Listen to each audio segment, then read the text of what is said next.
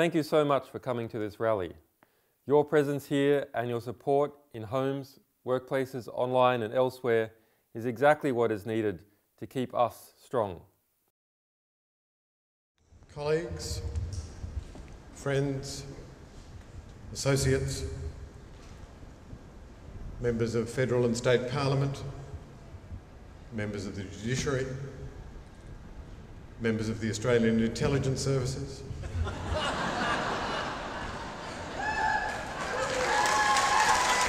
at the height of efforts by Western governments, including the United States and, sadly, the Australian government, to silence Wikileaks and its director. The preferred method chosen to close down Wikileaks and to deter its director is for governments to threaten the organisation and him with prosecution for serious criminal offences. This is despite the fact that even after 6 months of intensive lawyering, both in Australia and in the United States, no charges, not a single charge, has yet been laid in relation to the Wikileaks disclosures. And more than that, no law has yet been identified, either in the United States or in Australia, precisely anywhere under which a prosecution may be pursued. This attempt to silence Wikileaks is plainly and patently, at least in the Western world, the most momentous free speech issue of our times. As a journalist, I am used to reporting the news rather than addressing rallies. But these are not ordinary times. The times we are going through at the moment constitute a generational challenge. For the internet generation, this is our challenge and this is our time.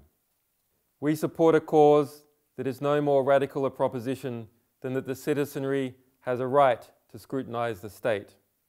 The state has asserted its authority by surveilling, monitoring and regimenting all of us, all the while hiding behind cloaks of security and opaqueness. Surely it was only a matter of time before citizens pushed back and we asserted our rights. In the initial days of the WikiLeaks revelations, the gut responses of senior members of the political establishment here and abroad spoke volumes about the current state of our democracy. Here we had an Australian citizen who had not been charged, let alone convicted, of any crime relating to the leaked information. Here was someone whose lawyers had written several months ago to the Australian Federal Police, putting themselves on the record and saying, if you need to speak to Julian Assange about anything, if you have concerns that he's broken any law, get in touch. And of course there was no contact. And here was someone who had done no more than make available to the public the things that were being said and done in their names. We had people calling him a terrorist. We had people who wanted to be the President of the United States of America calling for him to be hunted down and executed. In such a situation, a straight application of the rule of law, or indeed the simple words that you find on the inside of your passport when you go home that promises the Australian government will look after you when you're overseas, should have seen our government calling for his protection, reminding people that he was innocent until proven guilty.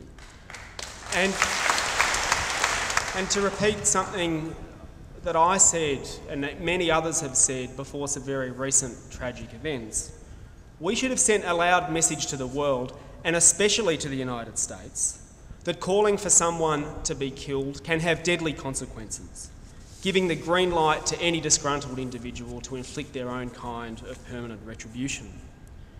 And instead, we had discussion publicly of cancelling his passport, a statement from our Prime Minister that what he and Wikileaks did was illegal. Their gut reaction was not to defend but to attack, and it's here that I get the most worried. I, like most people, I think if the polls are correct, am grateful for what Wikileaks has done and that we are finding out about what is being said in our name at home and overseas. And for me, there is a thread that runs through David Hicks, our immigration laws, our terrorism laws, our workplace laws, and Julian Assange. The examples abound of situations where a so-called exceptional situation means that the usual rights and protections shouldn't apply.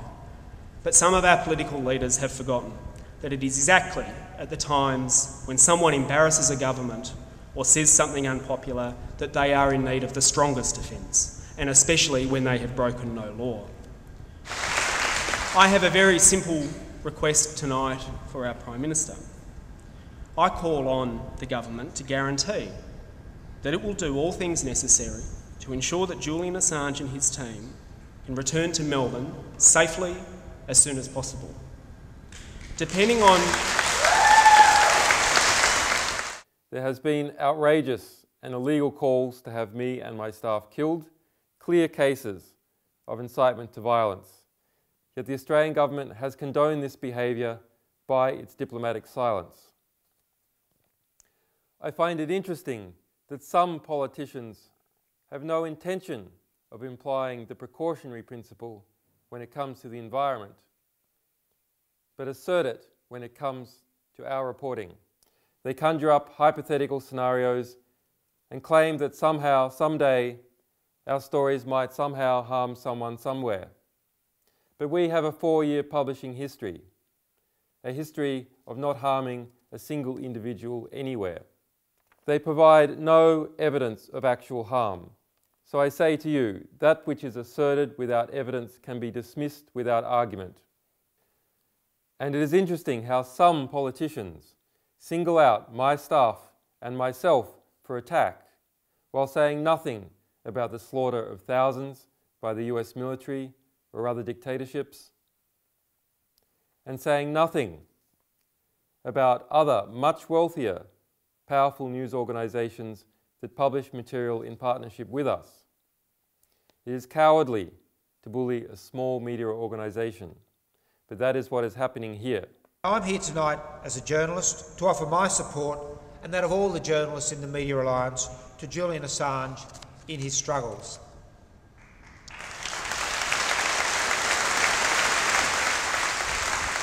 Unfortunately, our government doesn't seem to get it either. Initially, they claimed Wikileaks was illegal and have since spent 3 months trying to climb down from that position. And now they're invoking some sort of claim to moral force.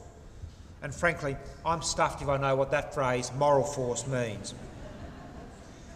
The argument seems to go like this. Denying people the right to know important information about world affairs is morally valid, but revealing that information is somehow morally wrong. We at WikiLeaks recognise the difference between secrecy and privacy. Individuals, not governments, have the right to privacy. Strong powers must be held to account, while the weak must be protected. We believe in transparent power, not in transparent people. Orwell famously said that during times of universal deceit, telling the truth becomes a revolutionary act. And these are exciting times. What's so exciting is that revealing the truth can now happen on a scale that was simply not possible even 10 years ago. The internet has opened a world of opportunities for the democratic spread of information. And WikiLeaks has a very important role to play in this process. It feeds crucial information into this framework and allows us to see the realities of politics. So to defend WikiLeaks is to defend the free press, and to defend WikiLeaks is to defend democracy. One of the main reasons why WikiLeaks stands out so much is that so much of the mainstream press simply doesn't do its job.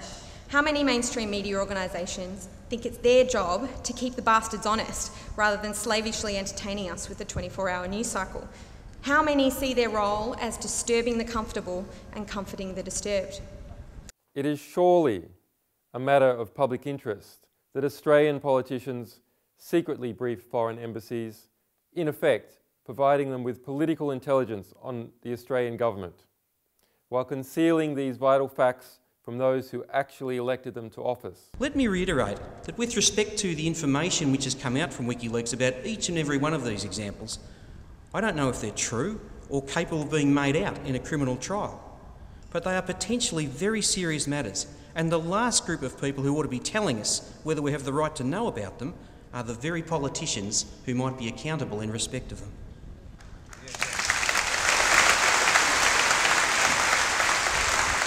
My principal concern about this case was the brazen use of money and power by big government and big corporations to deny information. And as I stand here today, 2 months down the track from when the Law Institute had its first meeting about this a couple of months ago, I'm even more bemused by what could possibly have led decent politicians like Hillary Clinton and Barack Obama to so compromise the democratic principles which have otherwise been so fundamental to their lives and their career.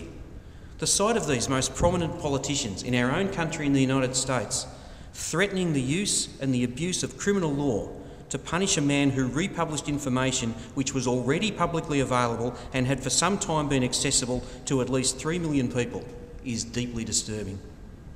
Too often in recent years, vacuous claims of national interest, national security, legal privilege, confidentiality, commercial in confidence, diplomacy have marked a much more cynical and sinister motive for keeping information secret. It's time.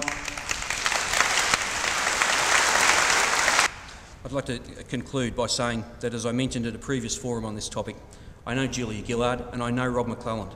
I've worked with both of them. They've been good lawyers and they're decent people.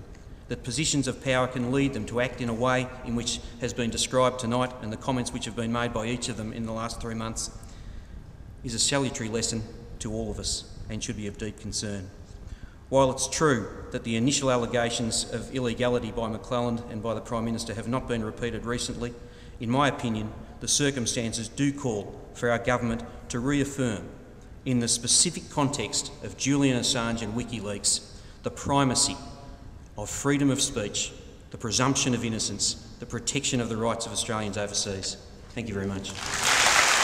We are eternally grateful to your strong support in helping us stand up to the bullies. Julia Gillard should be taking active steps to bring me home and to protect our people. She should be contacting the US Embassy and demanding that it back off. Julia, we put our faith in you as someone who could do the right thing for democracy and for people's rights. And to give us faith and to keep the faith, please do something now. Please, Julia Gillard, support Julian Assange and support human rights and openness of information. It is so important. Julia, you know what the rule of law is. You worked in the law. You know what it means to have basic freedoms and human rights. Julian Assange deserves the same freedom and human rights as you deserve. He deserves it as an Australian citizen and he deserves it as a human being. Please bring him home.